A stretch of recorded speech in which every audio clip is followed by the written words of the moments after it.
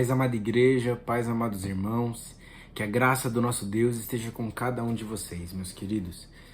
Vamos hoje adentrar nesse mês da Noite da Esperança, quando nós estamos falando de laços de amor, famílias fortalecidas. Aqui, na nossa Noite da Esperança, nós estaremos ainda falando sobre laços de amor, mas estaremos falando sobre as crises familiares, né? Então, o que acontece, as crises que a gente encontra dentro da Bíblia e como essa Noite da Esperança, como um olhar de esperança para todas essas coisas há dentro das Escrituras. Então, queridos, nessa noite, fechem seus olhos, vamos fazer uma oração em nome de Jesus. Pai, obrigado por esse dia, obrigado por essa noite que o Senhor cuida de nós mais uma vez. Obrigado, Pai, por tudo que o Senhor tem feito na vida de cada um que está aqui ouvindo essa mensagem, que está aqui, Deus, se colocando de prontidão para conhecer cada vez mais o Senhor e aprender mais também sobre o que o Senhor tem para nós. Pai, que nesse mês que nós estamos falando sobre família, sobre fortalecimento familiar, sobre os laços de amor que há dentro dos nossos lares, dentro dos nossos relacionamentos, que o Senhor esteja nos ensinando a sermos cada vez melhores aonde quer que estejamos. Pai, que nós possamos falar sobre crises, falar sobre o amor, falar sobre o cuidar de um do outro e que isso seja transformador, Pai, para a nossa vida. Da forma prática que uma família age, da forma que a família se relaciona com a igreja, que Deus, tudo isso seja refletido para que nós possamos ser transformadores de vidas, assim como o Senhor nos transformou. Em nome de Jesus, fale conosco nesta noite. Amém. Amém, meus amados. Queridos, nessa noite, o texto que nós vamos estar trabalhando, nós vamos estar refletindo, é um texto muito gigante, é do capítulo 37 ao capítulo 45, é sobre a história de José. Só que eu não quero me estender em leitura, porque senão nós daríamos aqui muito tempo em leitura, só do capítulo 37 ao 45, mas eu quero trazer para os irmãos esse olhar sobre família. Então, queridos irmãos, pais, mães, filhos e filhas que estão aqui hoje, é com esse coração grato ao olhar nesse mês, ao chegar nesse mês da família, que Deus nos reúne para ouvirmos aquilo que o Senhor quer falar mesmo para a gente, aquilo que Ele quer colocar no nosso coração através da sua palavra. Então, nessa noite, nós vamos olhar para essa história que é tão conhecida dentro das Escrituras, mas que continuamente nós conseguimos olhar que ela é extremamente atual, continuamente, todos os dias, a história de José e sua família. Então, essa não é apenas uma história antiga, mas na verdade ela é um espelho para a nossa realidade de todos os dias. Porque quando a gente olha para essa história, nós conseguimos refletir diversas realidades que existem dentro das nossas famílias. Ou seja, a gente consegue olhar na história de José, a história sobre amor, sobre sonhos, sobre conflitos, sobre erros, sobre feridas, sobre mentiras, sobre traições. Então, nós também conseguimos ver algo ainda maior em relação a tudo isso, que é a mão soberana de Deus conduzindo todas essas coisas, mesmo quando o caos parece dominar os nossos dias, dominar a nossa história. Então hoje eu quero caminhar com você sobre essa narrativa que Deus nos leva a olhar, essa história que trabalha no meio das crises familiares, que é a história de José, que molda vidas, que restaura relacionamentos e que cumpre os propósitos. Então, o primeiro ponto que nós conseguimos olhar sobre tudo isso é o palco das crises familiares. A família é ao mesmo tempo um lugar de bênção e também um lugar onde muitas vezes surgem as maiores dores da nossa vida, as maiores crises da nossa vida. É dentro da família em que nós somos formados, em que nós aprendemos a amar, aprendemos a viver, mas também é dentro da família que muitas vezes surgem conflitos, rivalidades e feridas extremamente profundas. Quando nós aqui olhamos a família de Jacó, encontramos exatamente sobre isso. Jacó tinha vários filhos, mas a Escritura diz algo que marcou profundamente aquela casa. Gênesis 37, do versículo 3 diz: Israel amava mais a José do que a todos os seus filhos.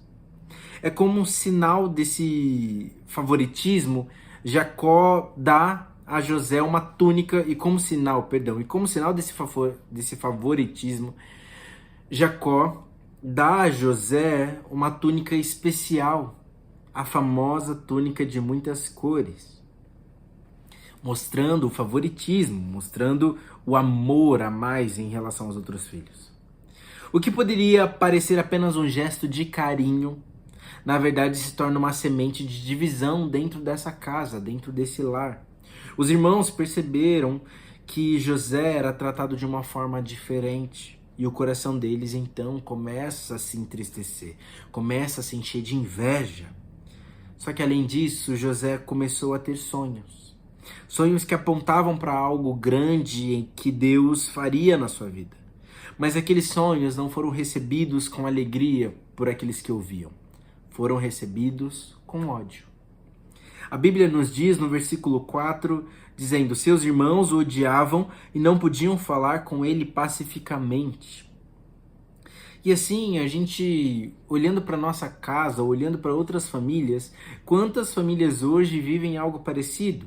Comparação entre irmãos, sentimento de rejeição, a impressão de que um filho é mais valorizado do que o outro filho. Essas coisas, quando não são tratadas, elas corroem os relacionamentos familiares. Mas aqui, nesse primeiro ponto, nós conseguimos ver algo importante. Mesmo com falhas humanas, Deus ainda continua trabalhando na história. Deus ainda continua trabalhando na sua história, mesmo tendo todas essas crises, Deus ainda continua escrevendo o seu destino, o seu sentido, o porquê que você existe. Deus não precisa de famílias perfeitas para cumprir os seus planos. Deus trabalha até mesmo através das nossas imperfeições. E assim, nós chegamos no nosso segundo ponto, que é a crise da traição e do desespero. O ressentimento dos irmãos de José cresceu tanto que acaba chegando a um ponto que se torna extremo dessa história. Quando tiveram a oportunidade, decidiram de se livrar do irmão. Primeiro lançaram em uma cisterna, depois decidiram vendê-lo como escravo para os mercadores que estavam indo para o Egito. Então eu quero que você imagine essa cena. Olha essa cena. José, jovem, traído pelos próprios irmãos, arrancado de sua casa, arrancado de seus sonhos, arrancado de sua parentela, levado como escravo para uma terra desconhecida, para uma terra onde ele não sabe o que pode acontecer. Então ele é arrancado de um lugar de conforto, levado para um lugar onde há dentro de si desespero. Isso não foi apenas uma injustiça que acontece. Foi uma profunda traição familiar que José encontra nesse lugar. E não para só por aí essa história. Os irmãos pegaram a túnica de José, sujaram de sangue e levaram até Jacó, dizendo que provavelmente um animal havia matado o seu filho. E Jacó acredita na história dos outros filhos, dos irmãos de José. A Bíblia diz que ele chorou profundamente. É o sentimento da perda de um filho. Então aquela família estava completamente destruída. Um pecado puxa o outro pecado. Uma mentira gera outra mentira que gera mais dor. Uma decisão errada que nós tomamos abala toda a estrutura familiar. E assim também nós conseguimos olhar para as nossas famílias nos dias de hoje, que palavras ditas sem cuidado destroem corações. Decisões tomadas no impulso destroem destinos, destroem sonos. Feridas não tratadas são pedras de tropeço em um caminho que se torna a vida. E de repente a família inteira sente esse peso das consequências e às vezes nem sabe de onde veio. Só sabem que vivem carregando um peso, um fardo e um defunto que não foi elas que colocaram ali, mas todos sentem esse peso, essas consequências. Mas mesmo nesse momento escuro da história, Deus não havia abandonado José. Aquilo que parecia apenas tragédia, nos olhares de Deus, Deus estava transformando em caminho para algo muito maior, para um sonho que Deus tinha trilhado para José. Como terceiro ponto, nós conseguimos olhar a crise da provação e da perseverança. Ali do capítulo 39 ao 41, nós conseguimos enxergar essa história de quando José chega ao Egito. Sua situação parecia piorar ainda mais quando ele chega, quando ele se depara com os primeiros trabalhos. Primeiro ele se torna um escravo da casa de Potifar, depois ele é acusado injustamente pela esposa de Potifar, e então acaba dentro de uma prisão. Humanamente falando, parecia que os sonhos de Deus naquele lugar, na vida de José, tinha acabado, e se nós conseguíssemos olhar com olhares de amigos de José que estavam ali ao redor, ouvindo a história de José, sabendo de onde José veio, conhecendo quem era José e vendo ele ser preso, nós olhamos para isso e nós mesmos, sendo humanos, olharíamos com olhares sem fé, dizendo que os sonhos de Deus acabaram na vida de José. Mas a Bíblia nos repete uma frase constante e importante quando José vive esse período. No versículo 2 do capítulo 39, a Bíblia nos diz: o Senhor era com José. Então, mesmo na escravidão, mesmo na injustiça, mesmo na prisão, Deus estava com ele. José permaneceu fiel, firme. Ele não se revoltou contra Deus, ele não abandonou sua fé, ele continuou vivendo com integridade e sempre lembrando de Deus em cada segundo da sua vida. Então Deus começa a mudar a história. José interpreta os sonhos de Faraó e de prisioneiro ele se torna governador do Egito. O jovem, aquele que foi vendido como escravo, que era sujo, que era olhado como nojo, como um valor, algo para trabalhar em qualquer coisa, se torna um instrumento de salvação para muitas vidas.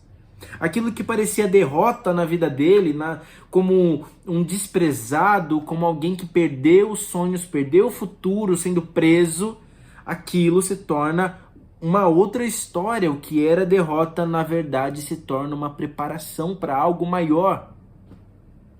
Então, assim, quando nós olhamos com esses olhares de fé, com esses olhares em Deus, com o olhar de que Deus, eu quero fazer a tua vontade. Se eu estou aqui é porque o Senhor me trouxe para este lugar.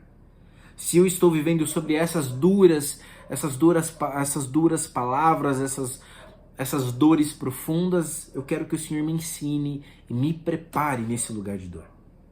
E assim também acontece todos os dias. Existem momentos em que a vida parece injusta, momentos em que parece que tudo deu errado e que tudo está dando errado ou que tudo vai dar errado, e a gente já começa a ter ou aquela previsão do erro, ou o erro muito próximo, ou já está acontecendo o erro. Mas Deus muitas vezes está trabalhando nesses bastidores, preparando o caminho, preparando algo que ainda não conseguimos enxergar. Deus está preparando o chão para que possamos pisar. E aqui nós chegamos no nosso quarto ponto, que é a crise da reconciliação e do perdão. Anos depois, muitos anos depois, uma grande fome atinge a terra e os irmãos de José precisam ir para o Egito buscar alimento. Eles chegam diante do governador sem saber que aquele homem poderoso era justamente o irmão que eles tiveram vendido como sujo, como escravo. E agora, quando nós temos esse olhar, a história começa a tomar um tom de tensa. A história fica em crise, porque José tem poder. Ele poderia se vingar com todo o prazer, com toda a sede de vingança que tinha no seu coração, talvez de surgir da indignação de terem feito aquilo com ele, e de talvez nem sequer lembrarem dele. Mas Deus havia transformado o seu coração. Depois de testar os seus irmãos e perceber que eles estavam arrependidos, José finalmente se revela. Ele diz: eu sou José, vosso irmão, aquele que vendestes para o Egito. Mas logo em seguida ele declara algo extraordinário. Não vos entristeçais, nem vos irriteis contra vós mesmos por haverdes vendido para cá, porque Deus me enviou adiante de vós para preservar a vida. Deus me mandou através destas dores para que houvesse vida. Deus me preparou neste lugar através dos cuspes que eu recebi, dos xingamentos de ter sofrido. Deus me trouxe para cá para me dar sabedoria para que eu trilhasse um outro caminho através da sabedoria de Deus para que haja vida.